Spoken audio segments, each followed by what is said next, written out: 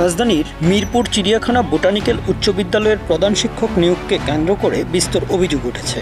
যোগ্যতা না থাকার পরেও মোটা অঙ্কের আর্থিক লেনদেন ও রাজনৈতিক প্রভাবে বিগত আওয়ামী লীগ সরকারের সময় এই নিয়োগ সম্পন্ন করা হয়। থানা শিক্ষা কর্মকর্তা, নিয়োগ কমিটি, ম্যানেজিং কমিটি সবাই সবকিছু জানত, কিন্তু তাদের নীরবতা নিয়ে প্রশ্ন দেখা দিয়েছে। ঘটনার সূত্রপাত গত বছরের শুরুতে। স্কুলের প্রধান শিক্ষকের পদ শূন্য হওয়ায় শূন্য পদের জন্য ম্যানেজিং কমিটির পক্ষ থেকে একটি জাতীয় দৈনিকে বিজ্ঞপ্তি প্রচার করা হয়। সেখানে বলা হয়, প্রার্থীকে নিয়োগ দেওয়ার ক্ষেত্রে বেসরকারি শিক্ষা প্রতিষ্ঠানের জনবল কাঠামো এবং এমপিও নীতিমালা 2021 এবং সংশোধিত 2024 অনুসারে করা হবে। যোগ্যতাসম্পন্ন বেশ কয়েকজন প্রার্থী এই পদের জন্য আবেদন করেন, কিন্তু সবাইকে পেছনে ফেলে যোগ্য হয়ে ওঠেন ময়মনসিংহের একটি জুনিয়র স্কুলের প্রধান শিক্ষিকা সাদিয়া শামস ডানা। অভিযোগ রয়েছে, স্কুলের ম্যানেজিং কমিটির তৎকালীন সভাপতি শাহ আলী থানার 93 নম্বর ওয়ার্ড আওয়ামী লীগের সভাপতি শেখ আব্দুল মান্নানের সাথে 11 লাখ টাকার চুক্তিতে শেষমেশ সাদিয়া শামস ডানার নিয়োগ চূড়ান্ত করা হয়।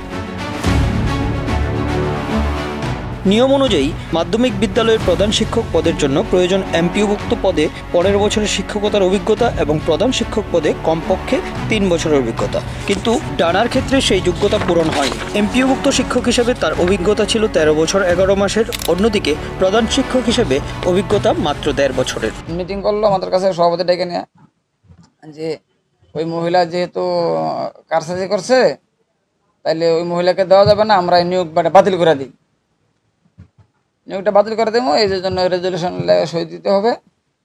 আমরা ঠিক আছে বাতিল করেন, যদি না হয় তাহলে বাতিল করার মতো নিয়োগ কমিটির একটা আছে, আপনার এখতিয়ার আছে, বা কারে দিব সেটা এখতিয়ার আছে।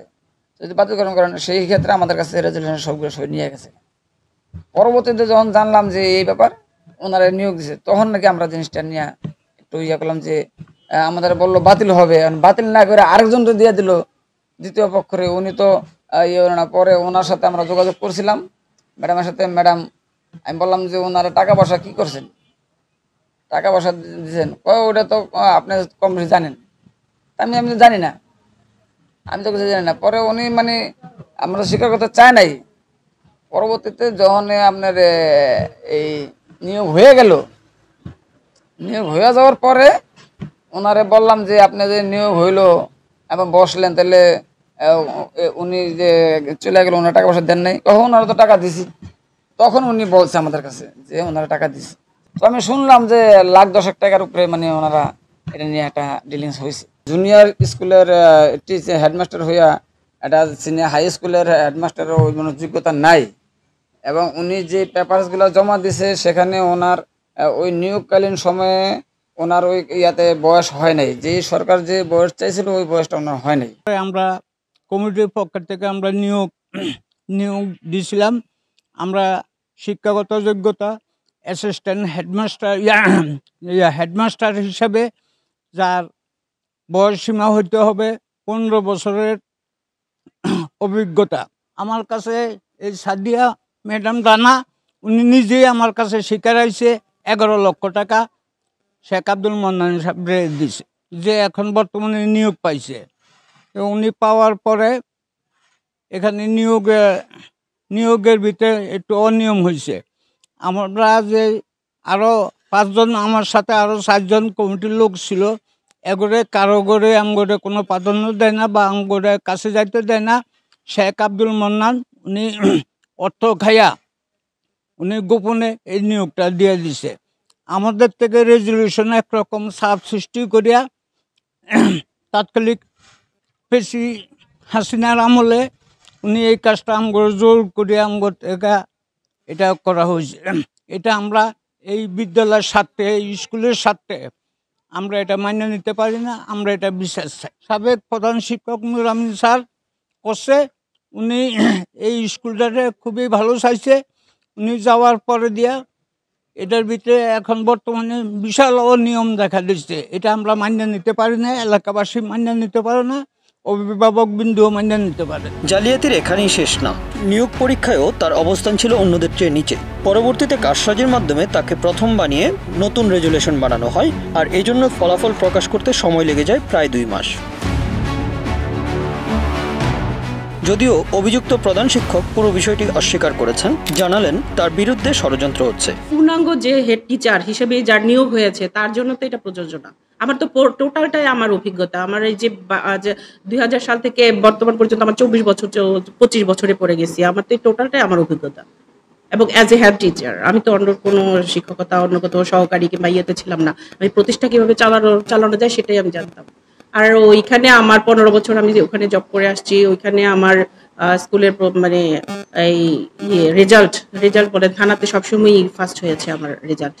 থানাতে পাশের দিক দিয়ে আমার প্রতিষ্ঠান সবসময় খুব ভালো রেজাল্ট করেছে প্রধান শিক্ষক হিসেবে। আর ওই অভিজ্ঞতাটা যেটা বলা হয়েছে ওটা সহকারী কিংবা অ্যাসিস্ট্যান্ট হেড টিচার যারা তাদের জন্য এটা প্রযোজ্য। আর প্রধান শিক্ষক যারা আছে, আমি তো একদম প্রতিষ্ঠাকালীন হেড টিচার, আমার মানে প্রথম এমপি হয়েছে হেড টিচার হিসেবে। একজন শিক্ষকের এত টাকা কোথেকে আসবে বলেন? আমি তো একটা জুনিয়রের শিক্ষক, আর গ্রামের একটা স্কুলে এত টাকা দিয়ে, এটা তো আসলে ভিত্তিহীন কথা ছাড়া আর কিছুই না। একটা নিয়োগ হলে বেসরকারি দিয়েতে যেহেতু এখানে একটা কমিটি আছে, সো এই ধরনের কথা উঠতেই পারে, সেই বিষয়ে আমি কিছু আসলে বলতে পারবো না। নিয়োগ বোর্ড কিভাবে হয়েছে সেটা তো আমার জানার বিষয় না, আমি তো একজন ক্যান্ডিডেট, তাই না? নিয়োগ বোর্ড আমি এখানে 5-6 জন লোক ছিল, 7 জনের মতো লোক ছিল, আমি এটাই দেখছি আসলে কে কোথায়। আমি এটা পরে জানতে পারছি যে উনি ছিলেন, কিন্তু আমার তো ওই সময় আমার তাদেরকে চেনার কথা না, তাই না? আমার কি ওই সময় বোর্ডে কি আমার অ্যাজ এ ক্যান্ডিডেট আমার কি উনাদের পরিচয় নেওয়ার মতন আমার তো কোনো ছিল না। এবং এখানে কর্মকর্তা ছিল, সরকারি কর্মকর্তারা সবাই ছিল আমার জানা। শিক্ষকতা করতে গিয়ে আমার স্কুলের ভালোর জন্য আমাকে যদি কোথাও যেতে হয়েছে, হয়তো এমপি ছিল তখনকার, ওইখানে হয়তো আমার যে বিভিন্ন কাজের জন্য আমাকে স্কুলের কোনো অনুদানের জন্য ওই সময় যেতে হয়েছে হয়তো। আমি স্বীকার করছি, এরকম বলতেছে। আপনার সাথে বললাম যে আমি 15 লাখ টাকা দিয়ে আসছি। বিষয়টি যার দেখভালের দায়িত্ব সেই থানা শিক্ষা কর্মকর্তা নিজেও ছিলেন নিয়োগ বোর্ডে, সাথে ছিলেন মহাপরিচালকের প্রতিনিধিও। সবাই জানতো অনিয়মের বিষয়টি, তারপরেও তারা এখনো নীরব। নিয়োগ অনিয়মের বিষয়টি স্বীকার করেছেন থানা শিক্ষা কর্মকর্তা, জানালেন দায়সারা বক্তব্য। চিড়িয়াখানা বোটানিক্যাল উচ্চ বিদ্যালয়ে প্রতিষ্ঠান প্রধান নিয়োগে একটি অভিযোগ এসছে জেলা শিক্ষা অফিসে। আমার এখানেও জানানো হয়েছে। জেলা শিক্ষা অফিস থেকে যখন আমাদেরকে তদন্ত করতে বলা হয়েছে, আমরা তদন্তে যাই।